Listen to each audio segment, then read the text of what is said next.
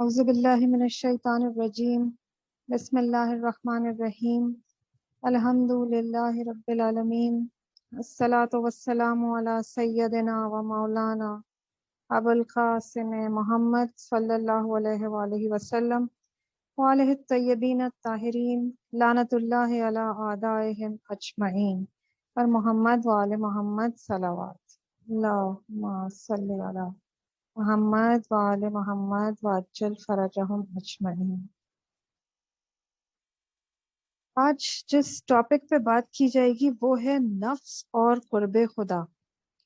قرب خدا کا مفہوم جو کہ بے شمار بحثوں پر مشتمل ہے، ایک ایسا جامع مفہوم ہے کہ اس کے بارے میں بحثیں کی جانی چاہیے، یعنی اس کے بارے میں ڈسکشن ہونا چاہیے۔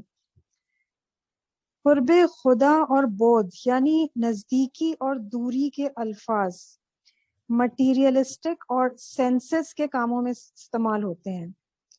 مثلا جب ہم کہتے ہیں کہ فلاں شخصیت صدر مملکت کے قریب ہے، اس سے ہمارا یہ مقصد نہیں ہوتا کہ وہ شخص صدر مملکت کا قرب مکانی فاصلے کے لحاظ سے رہتا ہے، یعنی وہ اس وقت صدر کے پاس بیٹھا ہے یا کھڑا ہے، بلکہ مقصد یہ ہوتا ہے کہ صدر مملکت کے ساتھ دوستی اور اچھے تعلقات رکھتا ہے۔ اسی معنوی اعتبار اور قرب کے لحاظ سے انسان بزرگوں کے نزدیک ہونے اور ان کے قرب کی وجہ سے گھمنڈ، افتخار اور خوشی کا احساس کرتا ہے، حالانکہ ممکن ہے کہ وہ شخص معنوی لحاظ سے بھی بزرگ شخصیت ہو اور ہو سکتا ہے مادی اور دنیاوی اعتبار سے بھی اعلیٰ مقام رکھتا ہو۔ دونوں صورتوں میں یہ بات ناقابل انکار نہیں ہے کہ انسان بزرگوں کے نزدیک ہونے کو اپنے لیے فخر کا باعث خیال کرتا ہے۔ مثلا اگر کوئی شخص رہبر معظم آقائے خامنہئی کو نزدیک سے سلام کرتا ہے اور ان کے ساتھ مصافحہ کرتا ہے اور گلے ملتا ہے، تو اس بات پر فخر محسوس کرتا ہے کہ میں نے رہبر معظم کو سلام کیا، انہوں نے میرے سلام کا جواب دیا اور میں ان سے گلے ملا ہوں۔ یہ تو تھی ایک دنیاوی مثال۔ ایسے لوگ بھی ہیں کہ ان کے لیے خداوند کریم کی عنایت بہت اہم ہوتی ہے۔ اگر خداوند کریم ان پر کسی وقت نظر کرم کرے تو وہ خوشی کی وجہ سے پھولے نہیں سماتے۔ تو کیا ایسے شخص کے لیے قرب باعث افتخار نہیں ہے؟ اس ذات جس کے ہاتھ میں تمام عالم کائنات ہے اور ساری ہستی کا تعلق اسی کی ذات کے ہاتھ ہے، جو ایک کن کہے اور جو کچھ چاہے کر دے، وہ ذات جس میں تمام کمال اور خیر جمع ہے، جو تقریباً ٹوٹل زیبائی اور حسن کا مالک ہے اور ہر قسم کی خامی، عیب، نقص سے منزہ و مبرہ ہے، وہ جو تمام اچھائیوں اور خوبیوں کا خالق ہے۔ ان تمام صفات اور کمالات کو مد نظر رکھتے ہوئے یہ کہنا بالکل درست ہوگا کہ ایسی ذات سے قرب حقیقی فخر کا سبب ہے۔ اصلی سعادت یہ ہے کہ ایسی ذات انسان کے سر پر دست عنایت دراز کرے اور اسے اپنی ملاقات اور وصل کی لذت سے سرفراز فرمائے۔ اسی وجہ سے ہم دیکھتے ہیں کہ قرب خدا کا مفہوم توحید ہی کا محور اور معیار ہے۔ تمام انبیاء علیہم السلام کی تعلیمات اور تبلیغات میں سب سے زیادہ زور قرب خدا پر دیا گیا ہے۔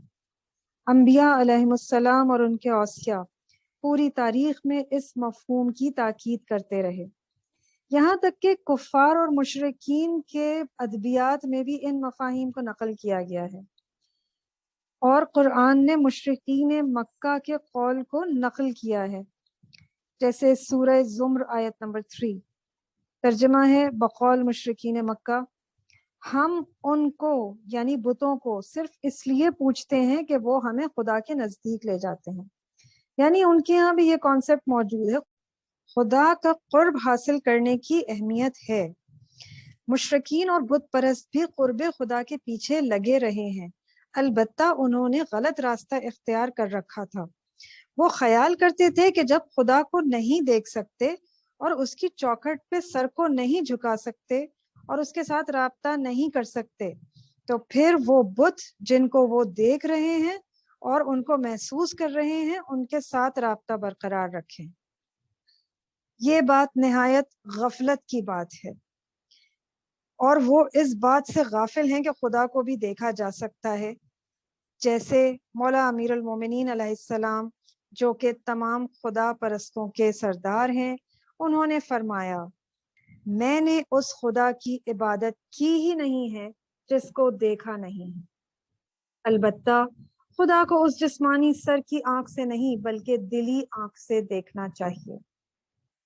نہج البلاغہ خطبہ 178 مولا ارشاد فرماتے ہیں آنکھیں اس کو ظاہری طور پر نہیں دیکھ سکتی، لیکن دل ایمانی حقائق کے وسیلے سے اس کا ادراک کر سکتا ہے۔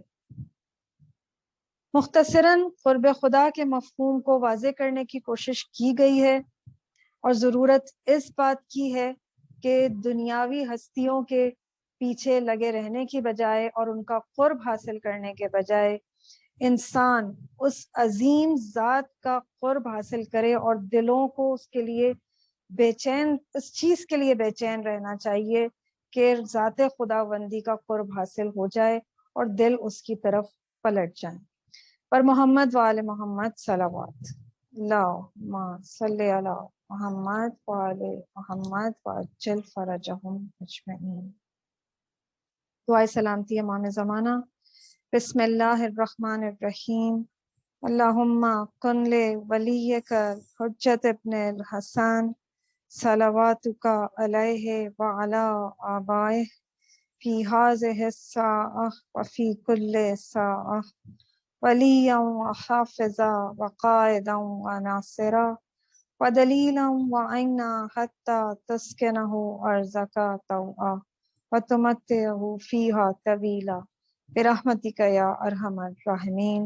اللہم صلی علی محمد وعلی محمد وعجل فرجہم اجمعین۔